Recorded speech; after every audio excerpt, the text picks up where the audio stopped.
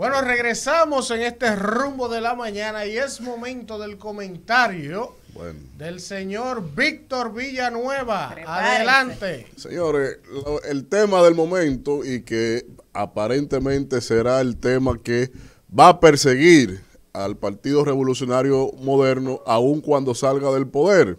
Porque esta cuestión de Punta Catalina nos costará muchos meses digerirla, como la han planteado desde el gobierno de la República Dominicana.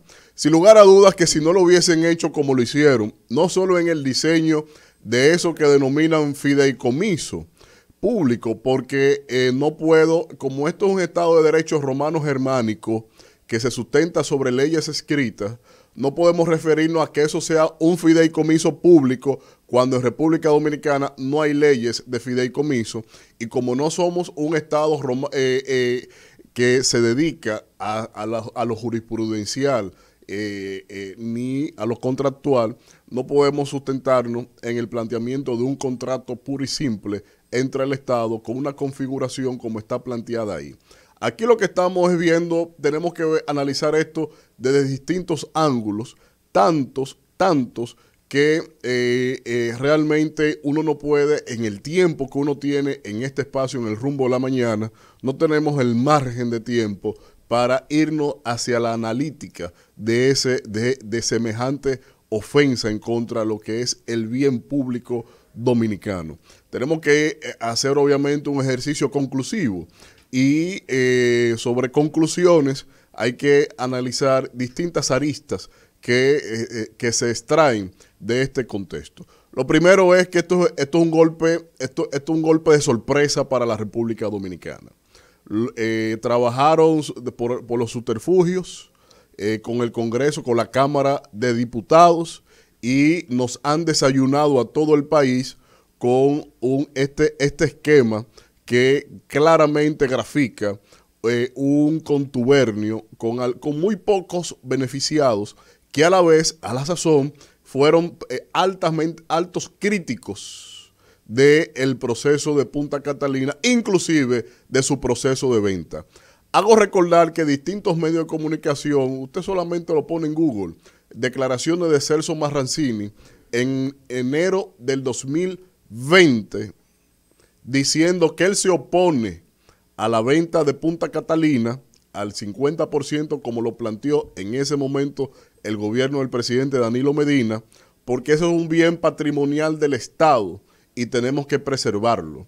Pero aparentemente la preservación era para sí mismo, porque aparecer como una persona que cuando estuvo en el sector eléctrico fue otro causante más del debacle de este sistema que no ha funcionado por décadas en nuestro país. Pero no obstante eso, es una inversión tan suntuosa que para qué usted la hace si que en el momento en que ya está funcionando y está reportando más de 400 millones de dólares en beneficio con la energía que vende a favor del Estado Dominicano, ¿por qué si genera esa cantidad de dinero, porque hay que venderla para que otros participen de ese beneficio? Pero no obstante eso, aquí en República Dominicana no tenemos una ley de fideicomiso público que sustente esa transacción y que se está haciendo a título de decretos. Es decir, por la vía de fideicomiso, el presidente Luis Abinader ha emitido 14 decretos. Y aquí ha habido fideicomiso, señores, hasta para una asociación de tilapias. Y ahora, para la Policía Nacional. O sea, la Policía Nacional se dirige por un fideicomiso que no tiene sustento legal y están haciendo ahí jurisprudencia con respecto a eso, que sin lugar a dudas, esto va a tener o puede tener sendas repercusiones cuando los dirigentes del PRM se vean fuera del poder. Pero no solo eso. es que se inventaron o diseñaron ahí un entramado procesal para que todo tipo de transacción de Punta Catalina se haga sin el amparo de la ley de contratación pública, bajo la premisa de que sea ágil el proceso de compra, si hay un imprevisto, si la planta se apaga y si hay que comprar una pieza. Pero bien, pero la ley de contratación pública tiene los mecanismos de declaración de urgencias.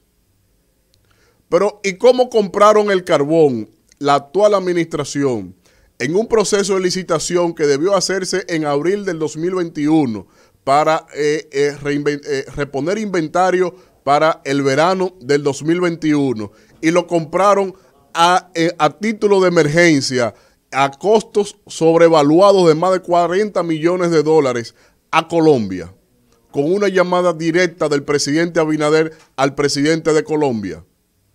Entonces, ahí no hubo problemas. La ley de contratación pública no fue un problema, pero ahora necesita esta comisión técnica de unos super sabios interesados que aparecen de la nada para nosotros, para la opinión pública, que ellos entonces tendrán que dirigir ahí, tendrán la facultad de comprar, vender, no solo piezas, sino las acciones, sin tener que rendirle cuenta absolutamente a nadie. Pero ¿cuál es uno de los principales argumentos que esboza el ministro de Energía y Minas? Que hay que despolitizar la planta, pero analicemos eso. Pero el consejo que se plantea del fideicomiso sustentado dice que lo presiden 3 ministros ahí, el de Obras Públicas, Energía y Minas, el de Hacienda. Ellos van a presidir un consejo, un equipo técnico que va a decidir. Hoy, pero ¿de dónde vienen esos ministros? ¿De Marte? ¿Vienen de Júpiter? Esos ministros vienen de un partido político que está en el poder. Como debe ser, porque eso no es pecaminoso. Entonces, despolitizar, yo no entiendo cuál es la razón. Si todo ente racional es político, ¿y a quién le vamos a poner ahí? A Monos, a Juanita, la manatí. Entonces, aquí nosotros, los argumentos esbozados, el método utilizado, el golpe de sorpresa que nos dan desde el Congreso de la República, con el contubernio de la mayoría de todos los partidos de oposición, esto lo que evidencia es un contubernio marcado. Y se lo señalé ahora en la entrevista a Juan Ariel. ¿Ustedes creen que es casuístico? Yo me sustento mucho en esa premisa que estableció Juan Bosch. En política hay las cosas que no se ven son más que las que se ven. Y las que no se ven son mucho más interesantes que las que se ven. Entonces, usted me dice a mí, ¿usted cree que es fortuito que la auditoría de Punta Catalina esté paralizada desde hace más de 4 meses? Es un lapso de negociación política, señores, al más alto nivel. Ahí se negoció con Danilo Medina los votos en el Congreso para que aprobaran semejante contrato. Pero no solo eso, es que el presidente Luis Abinader cae en el error histórico de que entonces, por lo que se señaló más en campaña al danilismo, a Danilo Medina, cómo diseñó esa planta, cómo la impuso, cómo la financió y quién la construyó. Entonces, la principal razón de investigación al presidente Danilo Medina, que ahora es una carta de naipe con respecto a Luis Abinader, por los intereses al sector privado que se le están cediendo. Entonces ahora el perseguido tendrá que ser Luis Abinader. Yo estoy pasmado cuando uno analiza esta jugada en el ajedrez político dominicano.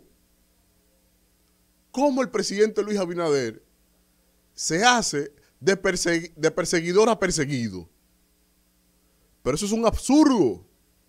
Entonces, en la legitimidad política, usted está legitimando lo que tanto señaló y condenó.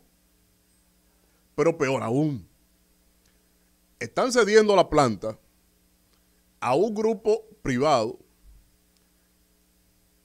sin aportar un peso, con una subvaluación de la planta, donde dicen que es un precio referencial, pero está por doquier todos los titulares que durante todo el proceso de la campaña el PRM decía que se han invertido más de 4.000 millones de dólares en esa planta, y lo sustentaban, y habían comisiones y ruedas de prensa, y miren aquí, y ahora es otro préstamo, y le sumaron, y 4.000 millones.